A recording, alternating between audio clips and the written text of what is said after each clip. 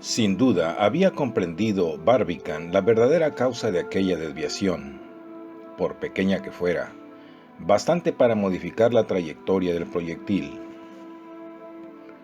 Era una lástima, la tenaz tentativa abortada por una circunstancia enteramente casual. Y de no sobrevenir acontecimientos excepcionales, no podían llegar al disco lunar los viajeros. Pasarían, sin embargo, lo bastante cerca para poder resolver ciertos problemas de física o de geología no resueltos aún. Esto era lo único que preocupaba ya a los atrevidos viajeros. En cuanto a la suerte, que por venir les reservaba, ni siquiera querían pensar en ella. No obstante, ¿qué sería de ellos en medio de aquellas soledades infinitas? ¿Y cuando el aire iba a faltarles de un momento a otro? Al cabo de unos cuantos días era posible que cayeran asfixiados en aquel proyectil errante a la aventura. Pero aquellos pocos días eran dignos para hombres tan intrépidos como ellos, que consagraban todos sus instantes a observar la luna, ya que no esperaban llegar a ella. La distancia que a la sazón separaba al proyectil del satélite fue calculada en 200 leguas aproximadamente. En estas condiciones no eran, sin embargo, los detalles de la luna tan visibles para ellos como lo son para los habitantes de la Tierra provistos de telescopios potentes. En efecto, el instrumento montado por John Russell en Parsonstown y que aumentaba el tamaño de los objetos 6.500 veces, acerca la Luna a la distancia de 16 leguas. Además, con el potente aparato establecido en Long Spar, el astro de la noche, aumentando hasta 48.000 veces, se acercaba hasta menos de 2 leguas, pudiéndose distinguir perfectamente los objetos de 10 metros de diámetro. Por lo tanto, a la distancia que se hallaban, los detalles topográficos de la Luna observados sin anteojos no estaban determinados sensiblemente.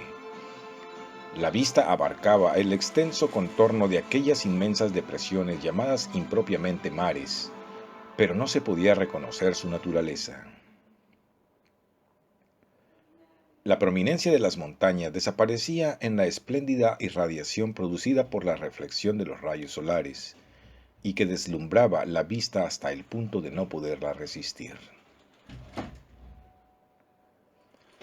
Sin embargo, ya se distinguía la forma oblonga del astro, que parecía un huevo gigantesco, cuyo extremo más agudo miraba a la Tierra. En efecto, la luna, líquida o maleable en los primeros días de su formación, tenía la forma de una esfera perfecta, pero al poco tiempo, solicitada por el centro de atracción de la Tierra, se prolongó por la influencia de la gravedad. Al convertirse en satélite, perdió la pureza nativa de sus formas. Su centro de gravedad se adelantó al centro de la figura, y de esta disposición dedujeron algunos sabios la consecuencia de que el aire y el agua podría haberse refugiado en la cara opuesta de la luna, que nunca es visible desde la Tierra. Esta alteración de las formas primitivas del satélite no fue sensible sino durante unos cuantos minutos. La distancia del proyectil a la Luna disminuía con gran rapidez, por efecto de su velocidad, que, si bien inferior en mucho a la inicial, era 8 o 9 veces superior a la que llevaban los trenes especiales de los ferrocarriles.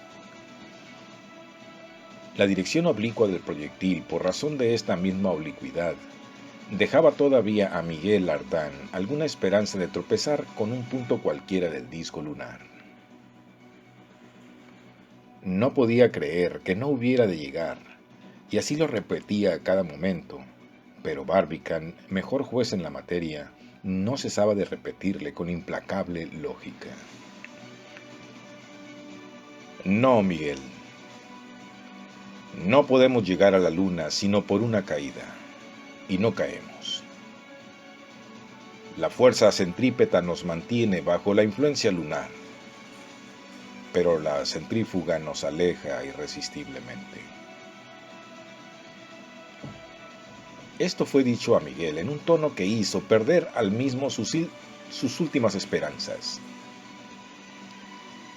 La parte de la luna a donde se acercaba el proyectil era el hemisferio boreal, el que los mapas selenográficos colocaban en la parte inferior, porque estos mapas están generalmente formados con arreglo a las imágenes que dan los anteojos, los cuales, como es sabido, invierten la dirección de los objetos.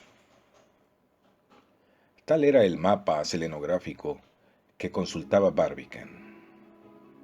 Este hemisferio septentrional presentaba extensas llanuras sembradas de montañas aisladas. A las 12 de la noche la luna estaba llena. En aquel momento, hubiera debido poner el pie en ella los viajeros si el maldito bólido no les hubiera desviado en su dirección. El astro llegaba, pues, en las condiciones rigurosamente determinadas por el observatorio de Cambridge. Se hallaba matemáticamente en su perigeo y en el cenit del 28 paralelo. Un observador colocado en el fondo de la enorme Columbia, asestado perpendicularmente al horizonte, hubiera visto la luna en la boca del cañón. Una línea recta trazada desde el eje de la pieza habría atravesado el centro del astro de la noche. Creemos inútil decir que en toda aquella noche del 5 al 6 de diciembre, no descansaron un instante los viajeros. ¿Habrían podido cerrar los ojos tan cerca de aquel nuevo mundo? No. Todos sus sentimientos se concentraban en un solo pensamiento: ver.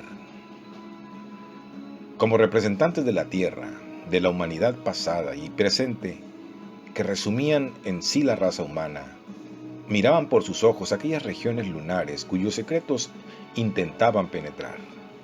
Se hallaban poseídos de una profunda emoción y no hacían más que ir de un cristal a otro. Sus observaciones, reproducidas por Barbicane, fueron rigurosamente determinadas. Para hacerlas disponían de anteojos, para comprobarlas tenían mapas. El primer observador de la luna fue Galileo.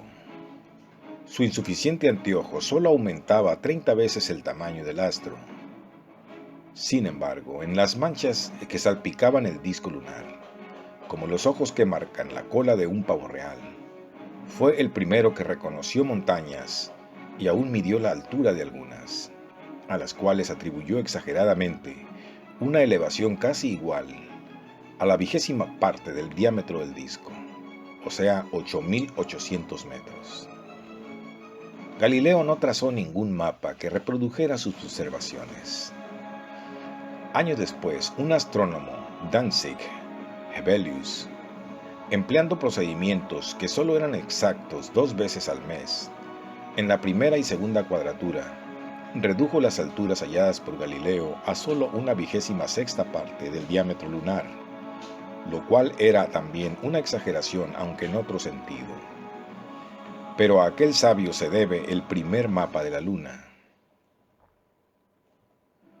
Las manchas claras y redondas forman en él las montañas circulares, y las manchas oscuras, mares extensos que en realidad no son sino llanuras.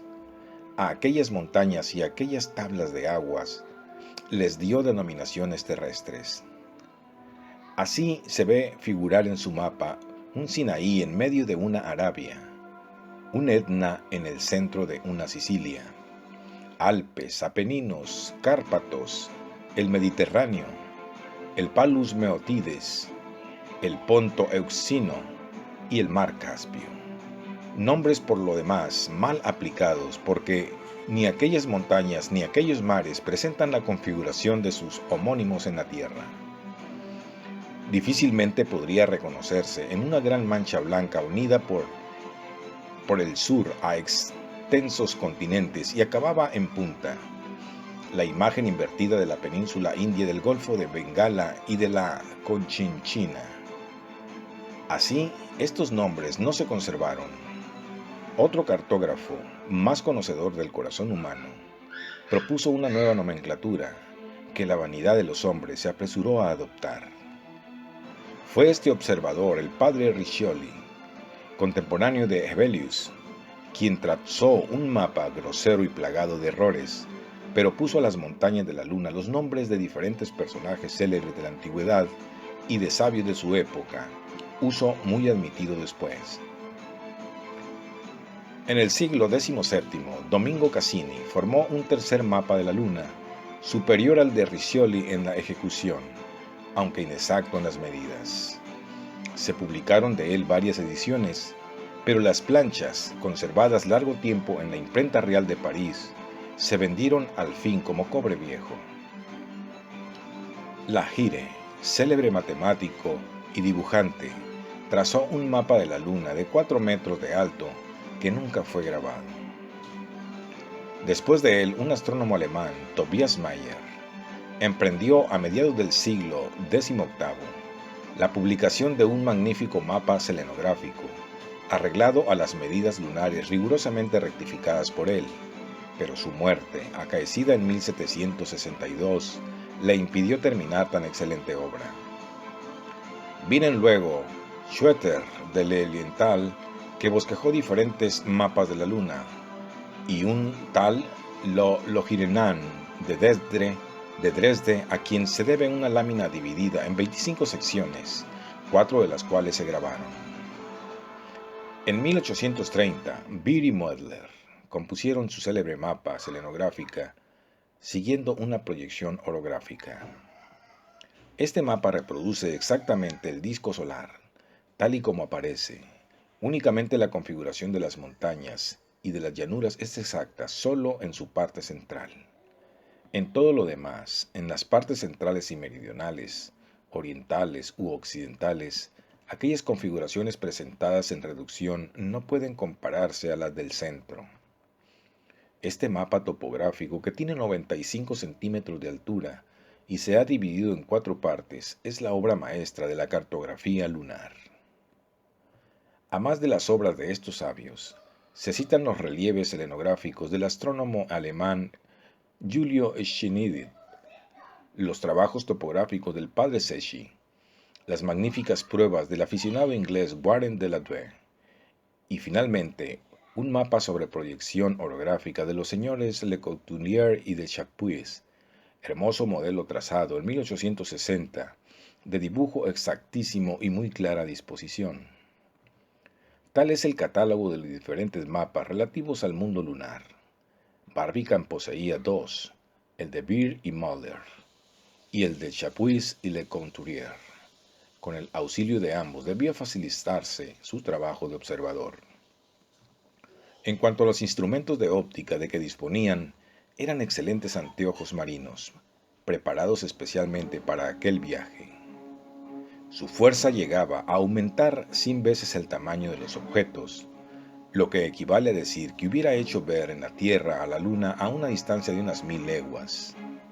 Pero entonces, hallándose los observadores a cosa de las 3 de la madrugada, a menos de 120 kilómetros del astro, y sin el intermediario de la atmósfera alguna que les perjudicara la visión, los instrumentos debían acercar la superficie lunar a unos 1500 metros de distancia.